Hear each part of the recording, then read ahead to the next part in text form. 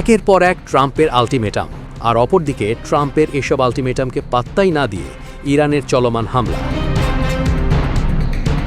Iran তো কোনো ultimatum মানছেই না, বরং মধ্যপ্রাচ্যের দেশগুলোতে তাদের হামলার মাত্রা যেন আরও বাড়িয়েই দিচ্ছে। আর এর ফলে পরিস্থিতি হয়ে উঠছে আরও জটিল, উদ্বেগ বাড়ছে আন্তর্জাতিক মহলে।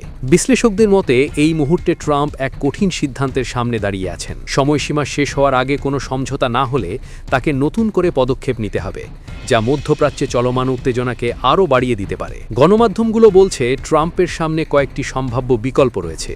এর মধ্যে একটি হলো সময়সীমা আরও বাড়ানো, যাতে কূটনৈতিক আলোচনার সুযোগ তৈরি হয়।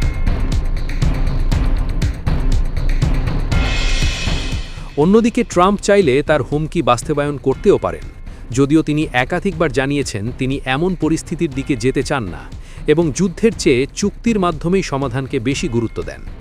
এদিকে ট্রাম্প দাবি করছেন ইরানের জনগণ নাকি চলমান মার্কিন অভিযানের চাপ সহ্য করতে প্রস্তুত, এমনকি কেউ কেউ নিজেদের শহরে হামলাকেও স্বাগত জানাচ্ছে বলে তিনি মন্তব্য করেছেন। যদিও এই দাবির সত্যতা নিয়ে আন্তর্জাতিক অঙ্গনে প্রশ্ন উঠেছে।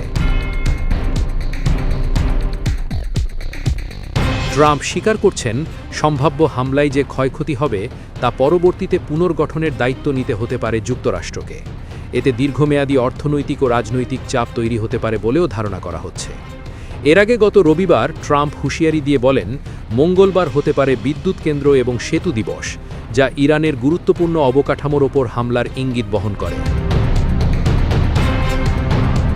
ট্রাম্প হুমকি দিয়ে বলেন তার এই সময়ের মধ্যে যদি ইরান হরমুজ প্রণালী খুলে দিতে সম্মত না হয়, তাহলে এক রাতেই দেশটিকে বড় ধরনের ধ্বংসের মুখে ফেলার হুমকিয়া দিয়েছেন তিনি।